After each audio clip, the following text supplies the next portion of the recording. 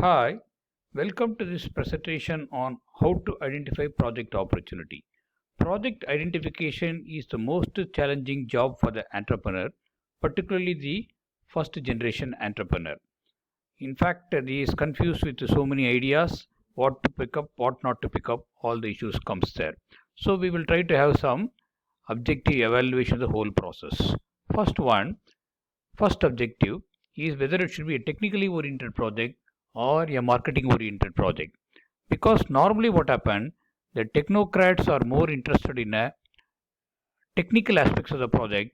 With the result, what will happen, the project suffers from the other areas, namely the marketing in other areas. So one has to be very careful when you're talking about the technically oriented project. Non-technocrats should not consider technically oriented projects because the technical person who will be looking after the project may become vulnerable for poaching if the project becomes a big success, because the technocrat may not be able to handle the project without the technical support, because he's basically non-technocrat in nature. Market oriented project will be successful by those people who have the killing instinct to sell the products. Marketers, veteran marketers from FMCG products or pharma products or multi-level marketing.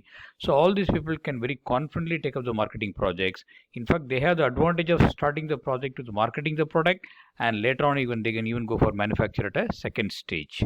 The second major decision area is that whether we should look for a export oriented project or domestic market oriented projects, because the domestic market and export markets are two different cups of tea, so both require different type of capabilities, expertise, so one has to be extremely careful. If you take the export oriented project, the decision making process is very dynamic in nature, real time, and the quality consistency is always at a very high level, and order size handled are normally very big in nature. So you require an exclusive family member to take care of all these aspects, particularly meeting the buy sell meets and also the international exhibitions and whatnot. Definitely, it's suitable for the first generation entrepreneur. It's not an issue, but only thing, the first generation entrepreneur should have some expertise in trading or in the export houses. Otherwise, you're going to be a fresh person. You may find it quite challenging to drive the whole thing. The third major decision making area one has to take up is whether the project has got some edge over the other people. You should not start some small scale project where you do not have any edge over other people. In fact, most of the things what you're talking are more appropriate for a small and medium scale sector. I'm not talking about the large scale sector. It is only for the small and medium scale sector where the competition is quite severe and where your constraints are more. First one, your ability to make a quality product. Suppose, for example, you are basically a rubber processor, you are able to make quality products. Then in automotive industry, the quality rubber component producers are all very limited, so you have got a lot of advantage to be a automotive component rubber supplier. The second one, let us take the case of a linear alkyl benzene plant which is located next to the typical petroleum refinery. Here what happens, this lab plant takes a particular stream from the refinery, pick up the required raw material, and remaining material return back into the refinery. That means the raw material what is used by the linear alkyl plant is not a tradable raw material. So that to that extent it is a very unique in nature. Not many people can directly come and compete with you. The Edison Electrical Works at Chidambaram, Tamil Nadu, it provides 5-year warranty for all the rewinding jobs. So it's a very speciality in the job. That's why they're very confident about it. Similarly, the KCP works at Chennai. In fact, they got large size lathes, milling machines, and all that. They do a lot of jobs for ISRO, rocket related work, satellite works, and all that. So these are all very unique in terms of their capabilities. Similarly, if you go to the Krishna Engineering Works at Hyderabad, you can see all the sugar mill people will be sitting there and waiting for the rollers to get reshelled, because they got some of the unique technical capabilities nobody else able to do, and so they're one of the very few people in India who can handle this particular type of job. The next important point what one has to see is the size of the project, because many of the small scale projects get affected because the promoters are not very sure what should be the size of the project they have to put up. Normally, the promoter first he should be clear about what should be the amount of money he'll be able to raise from his own, and the project cost can be not more than 3 times his contribution. because many components in the projects are not funded by the banks or the state finance corporations.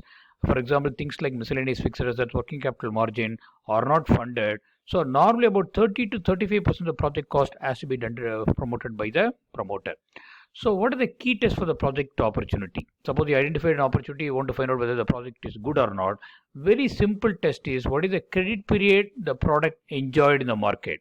The higher the credit period, the lower the marketing prospects, because that means if there are too many suppliers and supply is more than the demand.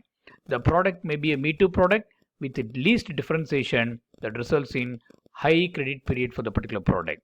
So with such a limited margin, so one has to see whether they'll be able to produce volume, then you'll be able to make the project viable. The project also has to meet certain critical success factor. What do you mean by critical success factor? If you take, for example, the pharma industry, the formulation units, they'll be having large number of products, except one or two, all other products will be Me Too products, only one or two will be star product. So that is a critical success factor. If you see a maintenance service provider, his ability to retain the team is a big challenge, because after some time, all the team members will be leaving the company and starting as a competitor. A specialty chemical project, if you see there, the technical expertise to manufacture to meet the specification, that is a critical success factor. Suppose you see a vibration damper. The product looks very simple, but the project design expertise, that's a real challenge. Similarly, if you see the low margin products, the ability to maintain the high volume is an issue. Okay, so what makes a project success or a failure? The combination between the promoter and the project is a real issue.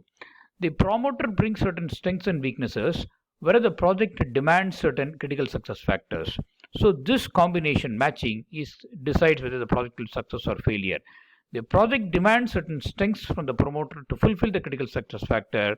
If the promoter has got strengths to fulfill the critical success factor, then the project is a success. If the promoter is not able to fulfill the critical success factor, the project is a failure. So in spite of all that, the project still can be have some challenges while implementation. So one can explore a two-stage project launching. So you start with marketing the products, so focusing on marketing, logistics, accounts, HR, etc. Then you go for manufacture as a backward integration, where you'll be focusing on purchase, production, quality, and environment. And finally, you'll be able to stabilize everything. Hope this small video presentation helps you to provide some objective basis to evaluate a project opportunity and also to make a successful project at the end. Thank you for patiently listening to the video. Thank you very much.